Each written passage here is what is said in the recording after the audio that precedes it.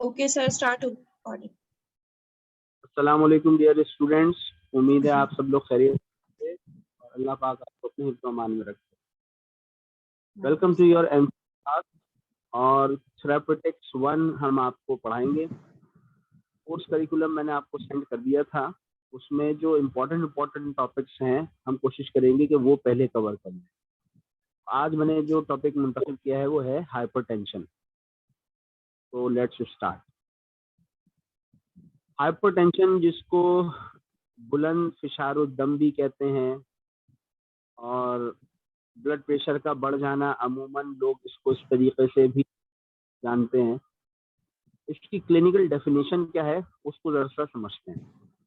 Hypertension, also known as high blood pressure, is a long term medical condition in which the blood pressure in the arteries is persistently elevated. ये जो आखिरी का लफ्ज है ना, persistently elevated, यही वो क्राइटेरिया है जिस पर हम डिपेंड करते हुए पेशेंट को हाइपरटेंसिव करार देते हैं और इस्टेब्लिश्ड बीमारी हाइपरटेंशन उसको अनाउंस करते हैं। अगर ब्लड प्रेशर परसिस्टेंट नहीं बढ़ा हुआ, सिर्फ वक्त पर बढ़ जाए, जो कि हो सकता है इमोशनल स्ट्रेस, एक्सरसाइज, दवाइयों के साइड इफेक्ट्स, चाय, कॉफी, ग़िज़ा, नींद का ना आना, ज़हनी तफक्कुरात, अगर इन वजूहात से वक्ती तौर पर ब्लड प्रेशर बढ़ जाए तो हम उस मरीज को ब्लड प्रेशर का मरीज नहीं कहते। ठीक है, किसी हद तक ब्लड प्रेशर का बढ़ना एक फिजियोलॉजिकल रेस्पॉन्स भी है, ये सब आप जानते भी हैं, आप पढ़कर आए हुए हैं माशाल्लाह।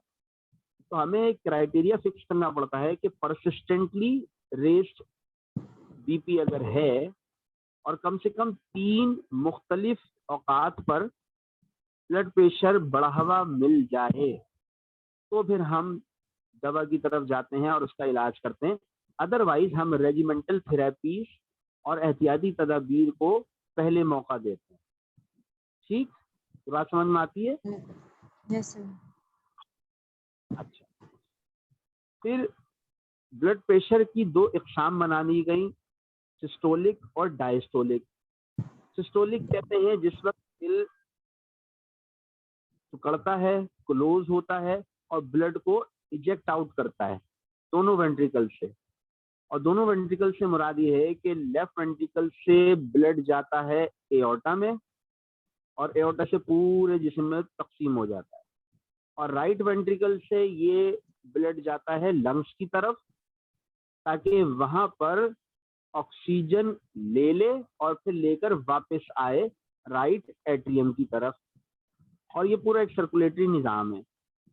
ब्लड प्रेशर को हम सिस्टोलिक की कंडीशन में देखते हैं, यानी जिस पर दिल फुल सिकुड़ जाए, बंद हो जाए और ब्लड सारा का सारा बाहर आ जाए। और एक ब्लड प्रेशर हम देखते हैं जिस वक्त दिल फैल जाए और उसके वेंट्रिकल्स में फेल अप होना शुरू हो जाएं, तमाम चारों चेम्बर्स फुल हो जाएं, तो उस वक्त ब्लड प्रेशर कितना है। तो लिहाजा ये सब चीजें कैलकुलेट की गई और एक एवरेज मालूम किया गया 120/80। अक्सर आपने सुना हुआ 120/80 आइडियल या नॉर्मल। Yes sir. तो मतलब ये है कि सिस्टोलिक कंडीशन में 120 और डायस्टोलिक में 80। तो लिखा ऐसे ही जाता है 120/, ठीक है, अपॉन करके। फिर इसकी एक रेंज दी गई है कि सिस्टोलिक ब्लड प्रेशर इस लिमिट से ऊपर जाएगा तो हम हाइपरटेंशन काउंट करेंगे, अदरवाइज हम उसको फिजियोलॉजिकल लिमिट में कंसीडर करेंगे। जैसे कि सिस्टोलिक ब्लड प्रेशर 140 mmHg तक नॉर्मल फिजियोलॉजिकल लिमिट में कंसीडर कर लिया जाता है, लेकिन जैसे ही क्रॉस 140 को, तो उस वक्त कंसर्न हो जाता है कि नहीं, this is wrong. Wise difference आ सकता है।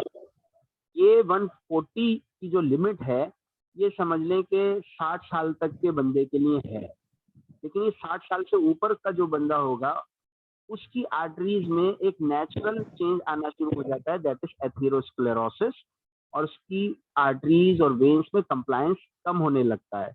एजिंग फिनोमिना है, कुदरत ने एक निज़ाम बनाया हुआ है।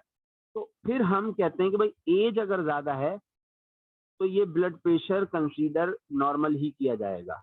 140 से ऊपर, जैसे फॉर एग्जाम्पल 150 है, तो हम उस एल्डरली यानी ज्यादा एजेड पर्सन के लिए हम उसको नॉर्मल कंसीडर कर लेंगे। इवन 160 तक भी बास एज ग्रुप में नॉर्मल कंसीडर कर लिया जाता है। 70 साल का है, 76 साल का पेशेंट है, तो अगर उसका इतना आ रहा है हम उसको नॉर्मल कंसीडर कर लेंगे, प्रोवाइडेड कि उसको और कोई कंप्लेंट्स ना हो। ठीक है।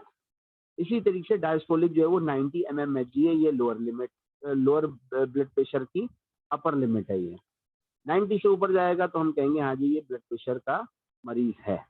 ठीक है। अच्छा, फिर ये देखिए इसकी ग्रेडिंग कर दी गई है। आपको पता है ब्लड प्रेशर हम चेक करते हैं स्फिग्नोमेनोमीटर से और स्टेथोस्कोप से, इन दोनों आलों की मदद से हम ब्लड प्रेशर कैलकुलेट करते हैं। इसमें डिजिटल्स भी मौजूद हैं और मैनुअल भी मौजूद हैं। व्हाट्सोएवर कोई भी डिवाइस अगर यूज की जा रही है और रीडिंग्स कुछ इस तरीके की आई तो हम फिर ग्रेडिंग करते हैं। मसलन प्री हाइपरटेंशन हम कहते हैं 120 से 139 तक, और सिस्टोलिक में डायस्टोलिक 80 से 89 तक। यहाँ प्री हाइपरटेंशन का मतलब ये हरगिज नहीं है कि ये शख्स जो है वो ब्लड प्रेशर का मरीज है, ये हरगिज इसका मतलब नहीं है। 120 से 140 तक या 139 तक अगर किसी का मुस्तकिल रह रहा है और एज उसकी यंग एज है, फॉर एग्जांपल 30 साल का है, 40 साल का है, 20 साल का है, तो हमें थोड़ा सा इसके लिए एहतियाती तदाबीर बताना जरूरी हो जाएंगी। ये मतलब है इसका। ठीक है। इस वजह से इसको प्री हाइपरटेंशन कह रहे हैं, अदरवाइज ये हाइपरटेंशन नहीं है। ये बात समझ में आती है? Yes, sir. Yes, sir. Okay. अब आइए हाइपरटेंशन, स्टेब्लिश हाइपरटेंशन, उसमें स्टेज 1 स्टेज 2। स्टेज 1 में क्या है, 140 से 159 तक सिस्टोलिक और डायस्टोलिक 90 से 99 तक।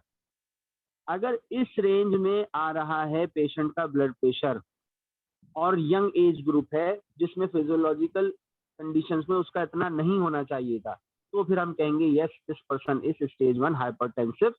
बट शर्त एक और भी है कि 3 मुख्तलिफ औकात में या 3 मुख्तलिफ दिनों में उसका ब्लड प्रेशर ऐसा आए तो फिर हम कहेंगे कि ग्रेड 1 हाइपरटेंशन है।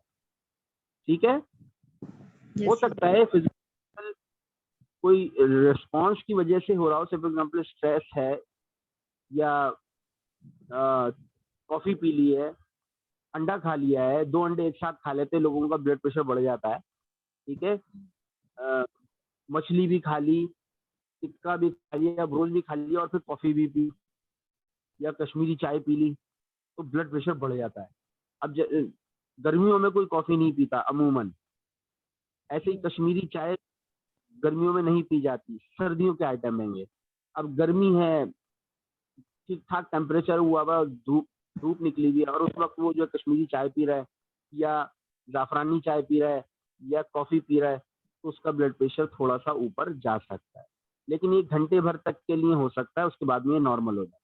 हाँ, अगर ये बरकरार रह जाए, 12 घंटे से ऊपर निकल जाए, 24 घंटे तक रहे, तो फिर देखना पड़ेगा कि यस इसके साथ कोई कोमॉर्बिड पैथोलॉजी चल रही है जिसकी वजह से ये हाइपरटेंसिव हो रहा है, और ये अननोन था अब ये नोन होता चला जा रहा है। बात मतलब होता ही यही है कि ब्लड प्रेशर जो है वो साइलेंटली चल रहा होता है। आज लोगों को ब्लड प्रेशर के मरीज बन चुके होते हैं लेकिन उनको इदराक नहीं होता और ना उनकी डायग्नोसिस बन रही होती है, वो जाते ही नहीं है डॉक्टर्स के पास, ब्लड प्रेशर चेक ही नहीं कराते। तो ऐसे लोगों के वाकयात बड़े अजीब से होते हैं, इंसिडेंट्स होते हैं और बात मतलब एक एक्सीडेंटल कंडीशंस भी बन जाती है, इवेंट्स आते हैं इनको, चक्कर आ गए, सर में दर्द हो रहा है, गुस्से में आ रहे हैं और सर घूम रहा है। ठीक है। बीनाई कमजोर हो रही है, 1 के 2 दिख रहे हैं। अगर ऐसी सिम्टम्स आना शुरू हो जाए तो ब्लड प्रेशर को फौरन चेक करना चाहिए। ठीक। इसी वजह से इस बीमारी को साइलेंट किलर भी कहते हैं। Yes, sir. स्टेज 2 हाइपरटेंशन में क्या है, मोर देन और इक्वल टू 160 mmHg सिस्टोलिक हो और डायस्टोलिक जो है वो 100 से ऊपर निकल जाए। हम इसको स्टेज 2 हाइपरटेंशन कहते हैं। अच्छा, प्रेगनेंसी इंड्यूस, अब प्रेगनेंसी में देखें होता है कि अब ये फिजियोलॉजिकल थोड़ी सी बात डिस्कस कर रहे हैं। फिजियोलॉजिकली ये है कि ड्यूरिंग प्रेगनेंसी कॉर्टिकोस्टेरॉइड्स, एड्रेनालिन, ये सारी चीजें इफेक्ट लेकर आती हैं और ब्लड प्रेशर थोड़ा सा बढ़ता है। और क्योंकि एक न्यूबॉर्न बेबी डेवलप हो रहा होता है तो सर्कुलेटरी स्ट्रेस आता है।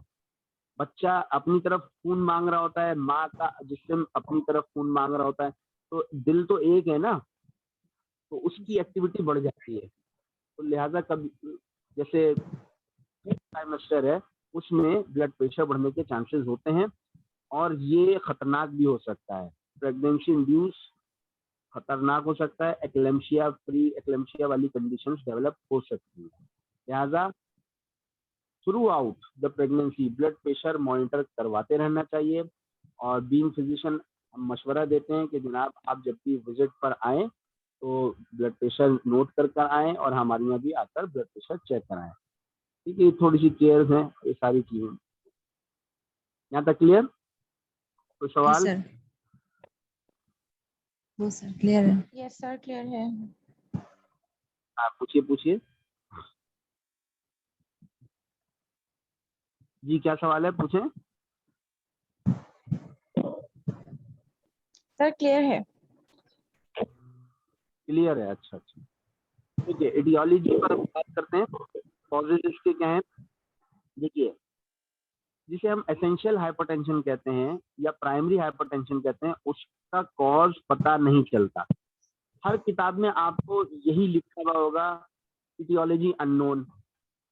ठीक है, यहाँ पर भी ये लिखा विदाउट एन आइडेंटिफाइबल कॉज। बात ये है कि ऐसा हो नहीं सकता। कोई भी इवेंट हो उसका एक जवाब होता है, उसको ना कोई सबब होता है। यहाँ पर ये बात इस वजह से लिखी जाती है कि जब हम इन्वेस्टिगेशंस कराते हैं ना, तो इन्वेस्टिगेशंस में कोई कॉज सामने आता नहीं है, इस वजह से इसको प्राइमरी हाइपरटेंशन कहते हैं। अच्छा, ये भी लिखा हुआ है टेक्स्ट की किताबों में कि प्राइमरी हाइपरटेंशन जो है वो इमोशनली रिलेटेड है, यानी स्ट्रेस रिलेटेड है। और स्ट्रेस आपको पता है पूरी फिजियोलॉजी चेंज कर देती है, पूरी एंडोक्राइनोलॉजी चेंज कर देती है, पूरी बायोकेमिस्ट्री चेंज कर सकती है। ठीक है, तो वो अफराद जो मुस्तकिल स्ट्रेस में रहते हों या वो ज्यादा सोचते हों और तफक्कुरात की दुनिया में रहते हों, कंफ्यूज रहते हों, जहनी दबाव लेते हों, उनकी हाइपरटेंशन डेवलप हो जाता है। इनकी इन्वेस्टिगेशन अगर कराई जाती हैं तो ना किडनी का कोई प्रॉब्लम निकलता है, ना दिल का कोई प्रॉब्लम निकल कर आता है, ना कोई और कोई बड़ी बीमारी सामने आती है। अगर ये कॉजेस निकल कर आ जाएं, डिटेक्ट हो जाएं, तो उसको हमने कह दिया है सेकेंडरी हाइपरटेंशन। ठीक है, ये बस एक तकसीम लगा दी है। और प्राइमरी हाइपरटेंशन को स्ट्रेस रिलेटेड ज्यादा माना गया है। ठीक है, यस सर। और 5 से 10% जो है वो सेकेंडरी हाइपरटेंशन के, 90% एसेंशियल या प्राइमरी हाइपरटेंशन के। अगर तसव्वुर करें कि जिस वक्त ब्लड प्रेशर का मरीज हमारे पास आता है और उसको हम इलाज करने की कोशिश करते हैं तो ठक करके दवा देते हैं, और वो भी दवाई लेने आ रहा होता है हमारे पास। लेकिन जरा स्टैटिस्टिकली बात करें और देखें तो 90% तो स्ट्रेस रिलेटेड। हम दवा ब्लड प्रेशर की क्यों दे रहे हैं? है ना सवाल? क्या ये जी सही है बात? प्रैक्टिकली सही है ये? हम कर रहे हैं ये काम? No sir. सर ये इस तरह से सही हो सकता है ना, मतलब ये है कि हम लो डोज, जैसे कि थायराइड डाययूरेटिक हम के साइड इफेक्ट्स कम है तो हम वो यूज करवा सकते हैं, या फिर हम उसकी अगर हम मेडिसिन ना दे तो उसको डाइट चेंजेस या कोई ना कोई मशवरा हम ऐसा दे, क्योंकि अगर प्राइमरी हाइपरटेंशन परसिस्ट रहेगी तो जाहिर है वो फिर सेकेंडरी हाइपरटेंशन कॉज कर रही है ना एक तरह से। तो अगर शाबाश, शाबाश। बात ये है कि बढ़ गया है, इसके कॉन्सिक्वेंसेस तो आने हैं, और याद रखें ये डे बाय डे कॉन्सिक्वेंसेस की तरफ बढ़ रहा होता है, ये कॉम्प्लिकेशन की तरफ बढ़ रहा होता है, चाहे प्राइमरी हाइपरटेंशन हो चाहे सेकेंडरी। जब शरीयानों में, मरीजों में दबाव बढ़ेगा तो आप सोचे ना कि ब्रेन की क्या हालत होगी, खुद दिल की अपनी क्या हालत होगी, किडनी की क्या हालत होगी। तो अल्टीमेटली ये विजरास तो इन्वॉल्व होते चले जाएंगे, और फिर उसकी परफॉर्मेंस सही नहीं होती। यानी ये आप तसव्वुर नहीं कर सकते, ब्लड प्रेशर का मरीज है और वो अपनी जिंदगी में सही है बिल्कुल, और वो अपने सारे जिंदगी के उमूर में सही अंजाम दे रहा है। नहीं, उसकी क्वालिटी ऑफ लाइफ में फर्क आना शुरू हो जाता है।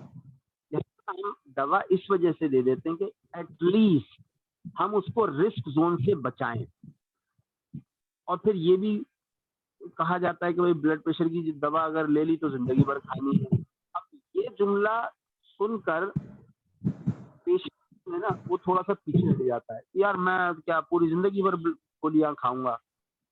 अच्छा, मजबूरी ये है कि अगर इसको दवा नहीं दी गई तो ये कॉन्सिक्वेंसेस की तरफ जाएगा। उस अगर वो प्राइमरी हाइपरटेंशन का है जो कि 90% है और जिसका ताल्लुक जहनी दबाव से है, तो जहनी दबाव उस वक्त कम होगा जब ब्लड प्रेशर का दबाव कम होगा। ये भी याद रखिए, ये दोनों एक दूसरे को सपोर्ट करती हैं चीजें। जहनी दबाव, ब्लड प्रेशर जहनी दबाव। अगर ब्लड प्रेशर का मरीज है 160 पहुंचा हुआ है तो क्या खून में होगा? क्या उसको जहनी सुकून होगा? नहीं होगा। गैर इरादी तौर पर भी अगर ये कंडीशन चल रही है कि उसका एलिवेटेड ब्लड प्रेशर है, तो परफॉर्मेंस में वो कहीं ना कहीं अपनी झलक दिखाएगा।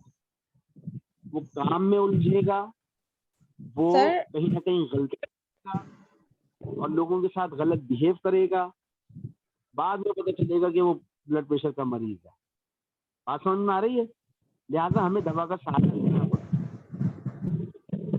अलबत्ता प्राइमरी हाइपरटेंशन काफी सारी इन्वेस्टिगेशंस कराने के बाद डायग्नोस होता है, और अगर वो हो जाए तो फिर हमें स्ट्रेस रिड्यूसिंग ड्रग्स या स्ट्रेस रिड्यूसिंग थेरेपीज भी उसके साथ देनी पड़ती है। मसलन काउंसलिंग करनी पड़ती है। हम काउंसलिंग, उसको समझाया जाएगा, भाई रिलैक्स रहा करो, सुकून रखा करो, परेशान नहीं हुआ करो, छोटी छोटी बातों को नजरअंदाज कर दिया करो। ठीक है, जब आदमी छोटी छोटी बातों को दिल में जगह देता है, सोचता है, तो फिर वो जहनी दबाव की तरफ आता है। नींद सही किया करो, देर तक काम नहीं किया करो, देर तक जागा नहीं करो।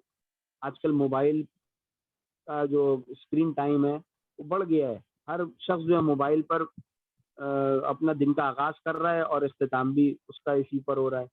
आप देखें ना कि किस हद तक मैकेनिक इन सब चीजों का असर ब्लड प्रेशर और स्ट्रेस की सूरत में आ रहा होता है। जी, क्लियर है ये बात यहाँ तक? जी सर, एक प्राइमरी हाइपरटेंशन अगर कोई पेशेंट आ रहा है हमारे पास, तो सर उसको तो अगर क्या पता उसको वक्ती तौर पे हो, सर हम उसका बीपी मॉनिटरिंग चार्ट नहीं मॉनिटर करेंगे एक हफ्ता के, देखेंगे कि उसका बीपी बढ़ रहा है कि नहीं, क्या पता वो टेम्पररी हो, उसको मेडिसिन की जरूरत ना पड़े। बिल्कुल करेंगे। हम बात उसी पेशेंट की कर रहे हैं जो स्टेब्लिश्ड हो गया है। ठीक है, सही से जी जी। हम उन केसेस के ऊपर बात कर रहे हैं। स्टेब हो गया तब हमने उसको प्राइमरी हाइपरटेंशन कहा है। हमने उसके जी सर, एग्जांपल देखें, किडनी के कॉजेस को तलाश किया। सबसे पहले ना किडनी को देखना चाहिए, यस सर, फौरन दिल जाना चाहिए। और आजकल तो किडनी का प्रॉब्लम वंस अगेन स्टडीज हो रही है ना, मेरे चंद स्टूडेंट्स हैं और जो रीनल कैलकुलाई और यूटीआई पर कर रहे हैं, तो खासतौर पे रीनल कैलकुलाई के ऊपर बात करी और लिटरेचर रिव्यू कर रहे थे। उसमें पता ये चला कि जनाब हर चौथे पांचवें शख्स को थोड़े बहुत क्रिस्टल्स की शिकायत है, जिसका उसको पता ही नहीं होता। ना तो वो यूरिन डीआर की तरफ जा रहा होता है, ना कोई मेजर कंप्लेन आ रही होती है, लेकिन जो वक्त गुजरता है फिर कंप्लेन्स आती हैं। एक किडनी स्पेशलिस्ट ने बाकायदा हमारे यहाँ लेक्चर दिया था, उसने बताया था कि जनाब खास तौर पे जो कराची का बंदा है उसके साथ तो किडनी प्रॉब्लम आनी ही आनी है। यानी ये तसव्वुर करने के यार मेरा पेशाब सही है, मुझे पेशाब तो आ रहा है, मेरा पेशाब बंद नहीं हुआ, ये क्राइटेरिया नहीं है। बात ये कि पेशाब खुलकर आए, बात ये कि पानी का इंटेक कितना हो रहा है, और कभी महीने में, 2 महीने में, 3 महीने में कभी उसने यूरिन डीआर करवाया या नहीं करवाया? आप खुद बताएं, कभी आपने यूरिन डीआर करवाया? बगैर किसी स्क्रीन के नहीं करवाते हैं। ठीक है, स्क्रीनिंग करवाते ही नहीं है। अच्छा, पानी हम लोग जिस अंदाज से पी रहे होते हैं तो वो कोई हेल्दी स्टेटस तो नहीं है। अच्छा, फिर एसी एनवायरनमेंट में अगर बैठे हुए हैं तो प्यास नहीं लग रही होती, ये भी एक बड़ा मसला है। एक थॉट ये है कि भाई जब प्यास लगे तब पानी पियो, एक थॉट ये है कि नहीं जी दिन के अंदर जो है कम से कम 12 गिलास पियो। अब ये क्यों कह दिया जाता है कि 2.5 से 3 लीटर पानी पियो, है ना। अब कॉन्फ्लिक्टिंग बातें हैं ना, लिहाजा पानी पीते रहना चाहिए। और 2 महीने में 3 महीने में एक मर्तबा जरूर यूरिन कराएं, क्या पता कुछ माइन्यूट क्रिस्टल की शुरुआत हो गई हो जो कि आगे चल के प्रॉब्लम लाएगी। इसका स्लो स्लो इफेक्ट आता है हमारे ब्लड प्रेशर के ऊपर। ठीक है, किडनी बड़ी मजबूत चीज है, अल्लाह ने 2 किडनी दी हुई है, लेकिन ये मुतासर होती हैं वक्त के साथ साथ। ठीक है, Yes, sir. तो इन्वेस्टिगेशन हम कराते हैं किडनी की।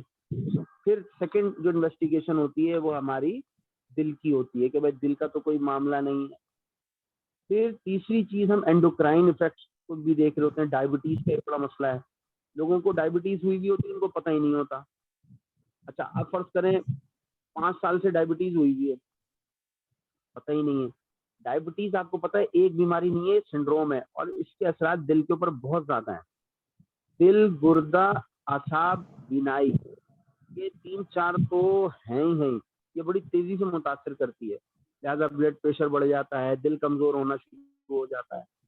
तो डायग्नोसिस कंफर्म करना जरूरी है। तो कभी भी कोई ब्लड प्रेशर का मरीज आए जो कि 3 मुख्तलिफ औकात पर हाई ब्लड प्रेशर शो कर दे, तो अब आप इसकी इन्वेस्टिगेशन खोल दें, लिखें इसको भाई 6-8 इन्वेस्टिगेशन बड़ी बड़ी इसको लिखें। भले हो सकता है वो अफोर्डिंग ना हो तो उसको बोलेगा भाई तुम अभी ये 2 टेस्ट पहले करा लो, फिर 2 टेस्ट करा लेना, लेकिन कराना जरूरी है। उसको ये समझाया जाएगा ये करा लेना, ये आपके लिए बहुत जरूरी है। बाकी उसकी अपनी मर्जी है कि वो कराए नहीं कराए। ठीक है, Yes, sir. तो अच्छा है। अब ये देखिए सेकेंडरी हाइपरटेंशन के जो कॉजेज हैं वो कितने अजीब से हैं और इनकी डायग्नोसिस कितनी हैवी इन्वेस्टिगेशन पर डिपेंड करती है। मसलन कॉन्जेनाइटल नैरोइंग ऑफ एओर्टा। अब बताइए एओर्टा को क्या आप पल्स से पहचान सकते हैं?